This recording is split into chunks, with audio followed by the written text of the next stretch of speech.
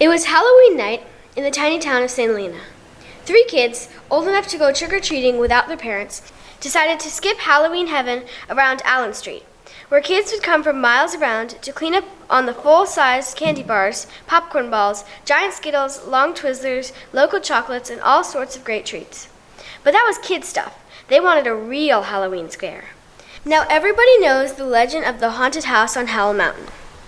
Way back when, the haunted house in Howell Mountain had the best Halloween treats in the whole valley, but nobody went there anymore. It was just too scary. But they all wanted a real Halloween scare.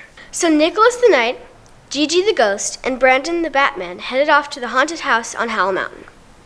Gigi heard that if you walked backwards past the cemetery, the ghost couldn't chase you. As they slowly crept backwards, the Spring Street spirits rose up and swirled around them, looking for their own Halloween treats.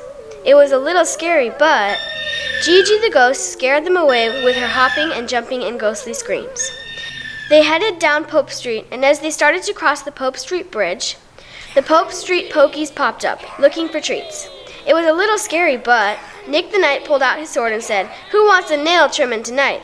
The Pope Street Pokies sunk back down into the muddy banks of the Napa River. They ran across the Silverado Trail and headed up Howell Mountain Road.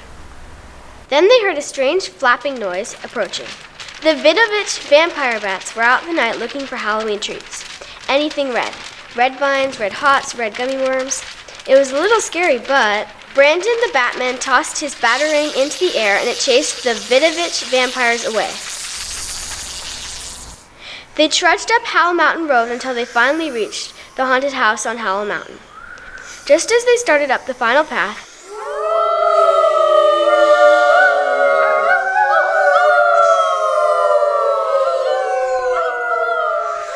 the giant beast began sniffing at them like they were delicious treats. Now they were really scared. They ran back to their houses with empty bags, but the scariest Halloween story to tell at school the next day.